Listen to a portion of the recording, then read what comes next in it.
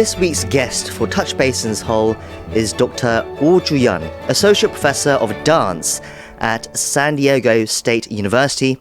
She's not only a professional dancer and choreographer, Dr. Oh is a pioneer when it comes to understanding K-pop dance as a genre in the academic field. In fact, she is set to teach a K-pop dance theory and practice class at San Diego State U from this fall, which is set to be the first of its kind in the US.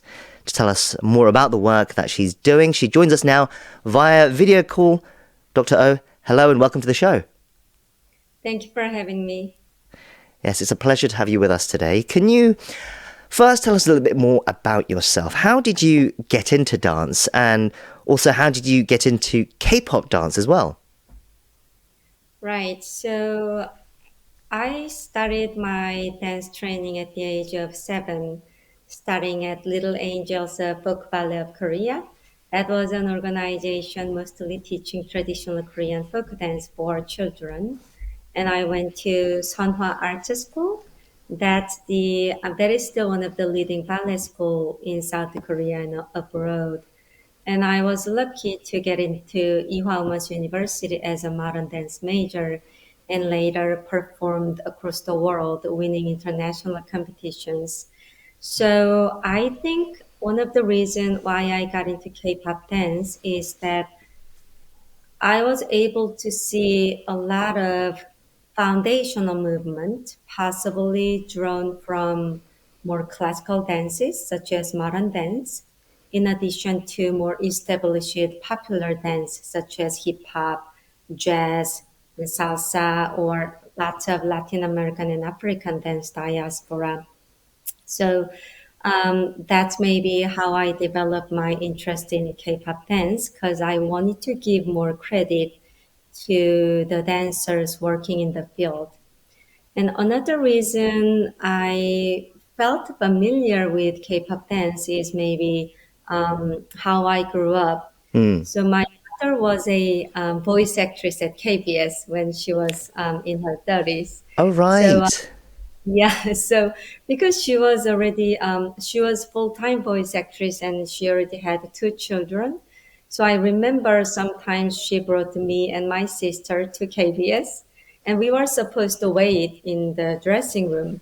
But as a child, we were able to sneak into some of the other celebrities or singers or dancers' dressing rooms, and I think I developed a sense of familiarity and maybe developing my interest in popular dance and music, thanks to my mom.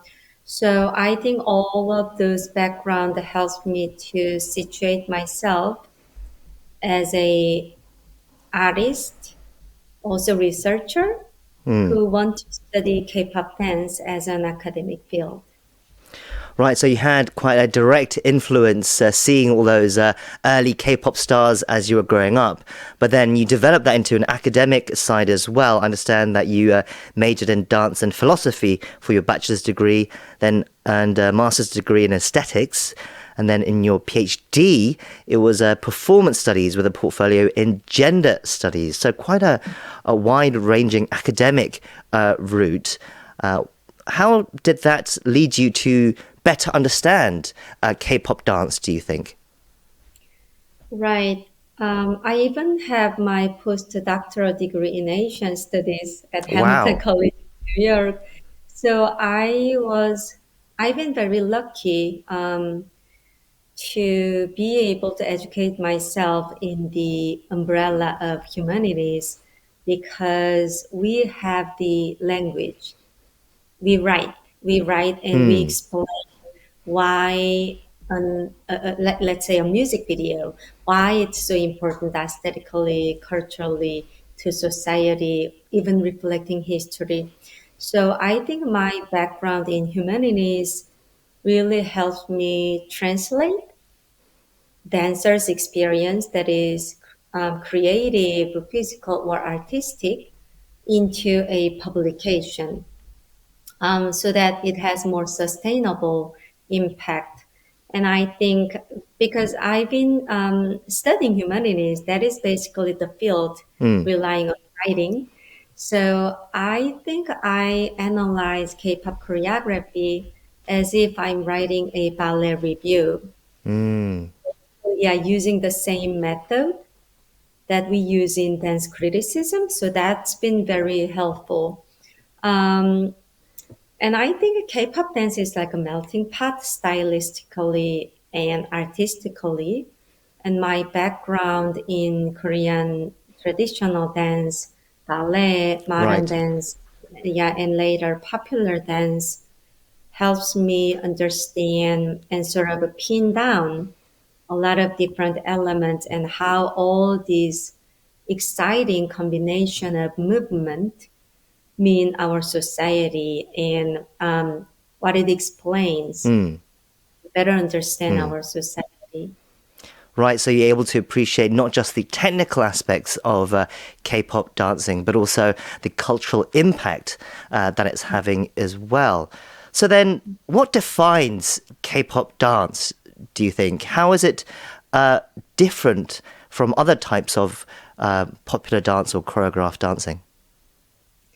Right. I would say when it comes to the origins, because that's how we usually start when we explain a new genre.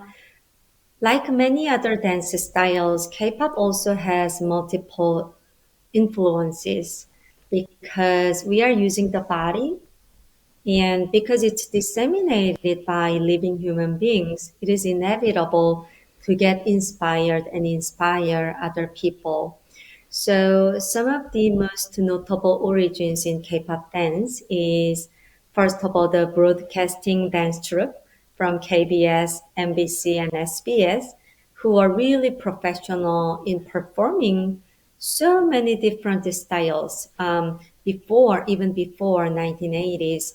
And there's also clear signs and evolution of street the street, my apologies, street dance club, break dancing, and also the influence of American and European pop music and dance that also entails African and Latin diaspora.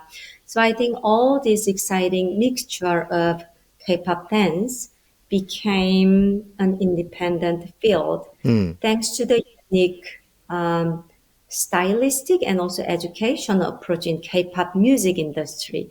So I have to highlight that.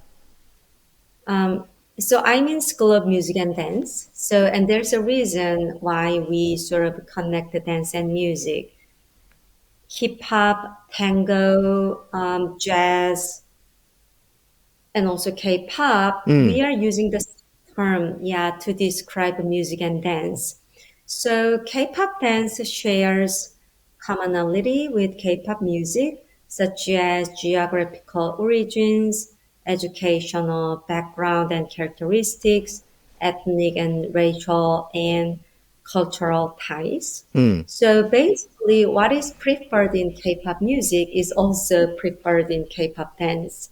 right. So yeah, so more specifically, I published a book titled K-pop Dance, and it explains the unique characteristics of K-pop dance. And one of the trait is gestural point choreography, where dancers are using a lot of rich and delicate emotional and also physical expression through the upper body. That Right, okay. includes yeah, how you're using your eyebrows, how you're rolling your eyes, and even Mm, the ways you're making exciting facial gesture, how you're using your lips and even tongue. And the finger, like even each finger create a different nuances and feelings. And one of the exciting example is New Jeans's attention. right, right. I yeah, I was fascinated by the movement of their hair Mm, and the perfect combination with the lyrics, mm, timing, coordination, and even the angle, how their hair is creating in the air. And it adds really the rich freshness and also delicate feminine charm mm, to the original choreography. And another example could Right. Of be course, New Jeans, they are the hottest act at the moment. So, yes, you noticing what makes them special, I guess, it's an example of what makes K-pop special at the moment. It's not just technical, but it's also how it ties into the music itself, the dance and the music together.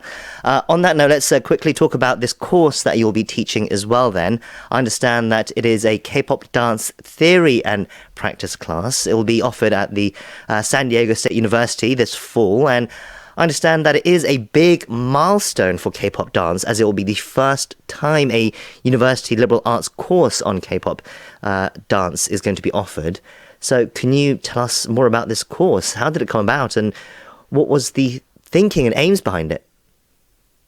right. So, although there have been K-pop classes in communication, Asian study, or Asian American studies, there has been no 3 unit theory class only teaching K-pop dance. It is also 3 units and one of the required courses for general education in humanities. So I think it's important because when we say general education, it usually refers to Western traditions. And the fact that K-pop is now offered through general education that is required to graduate as one of the options, it means the needs of diversifying university curriculum beyond Western-centric model because K-pop could be doubly marginalized as a popular dance and also as an ethnic minority dance in the United States. And I think it also speaks to the ethnicization of K-pop dance, as I have argued elsewhere. So, like ballet or hip hop, the ethnicity does not limit a dancer's capability or performance because it is based on the skills. And with the appropriate educational model, anyone can be the best K-pop dancers. Right, there are no boundaries. So finally then, what do you hope the students who take part in this course take away from it? From the class. Take away from the class, yes. That's a great question. So let's say in San Diego, we have big student dance team culture, such as cheerleading, hip hop, and more recently K-pop. And I hope my students will be able to expand their horizon about global popular dance and also learn from previous K-pop idols or influencers or entrepreneurs on social media who are actively using K-pop, such as teachers on YouTube who have thousands of followers and basically building their small business by teaching K-pop. So I think K-pop teaches us a lot of rising opportunities and perhaps starting their own career as a creator. So not just teaching about K-pop dance itself, I like to focus more on the application and how we can utilize K-pop to enhance the students' understanding of humanities and global popular culture. Well, it sounds like a wide-ranging and enlightening course, and I'm sure the students at San Diego will be looking forward to taking part in your class. We wish you the best of luck with it. We've been speaking to Dr. Oh Chu-yun from San Diego State University for this week's Touch Base in Seoul. Thank you for being on the show today. It was a real pleasure to talk to you. Thank you.